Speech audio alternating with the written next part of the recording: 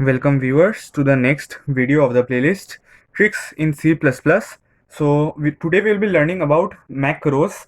The macros can be used to shorten our code. So let's see how that works. In the previous video we had seen how we write hashtag include bits standard C++ dot h, and then we write using namespace std. This includes all the code that we require from the STL library and using namespace std to avoid conflict in variables. And then we write the int main function from where the program execution begins. Now suppose there's a data type long which is written in C++ as long a.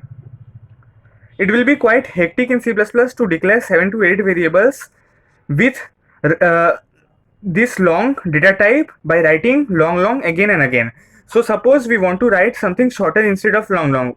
If you think if it is possible in C++ or not, yes, it's possible, and it's possible because of macros. So let's see how we define macros.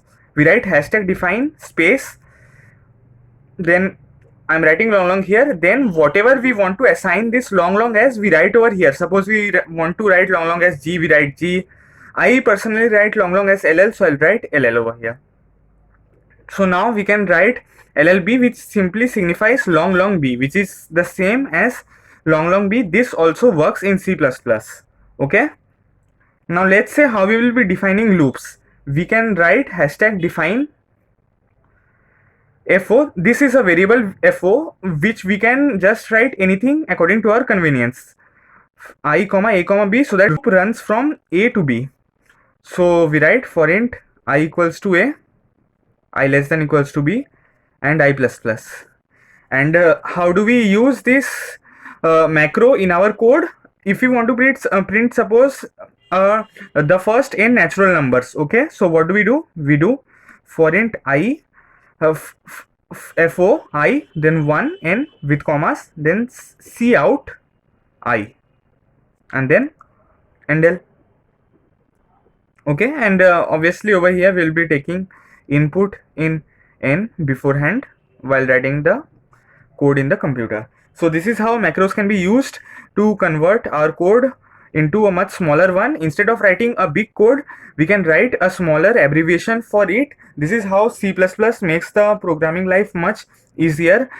So in programming contests, we use a number of macros. For example, you might have seen in contests there are questions we require the output as yes or no. So you can write something like hashtag define for you have to print yes most of the time, so you can write yeah and then c out yes endl. Similarly, you can do for no also, that if you have to write c out yes endl, instead you can write yeah. Similarly, whatever you feel you have to write again and again in code, create a macro for that. Okay, write the bigger code on the right hand side and a smaller abbreviation for it on the left hand side. In this way you can make the functioning of your code much smoother, and you will be able to type it out in much smaller time. So thanks for watching.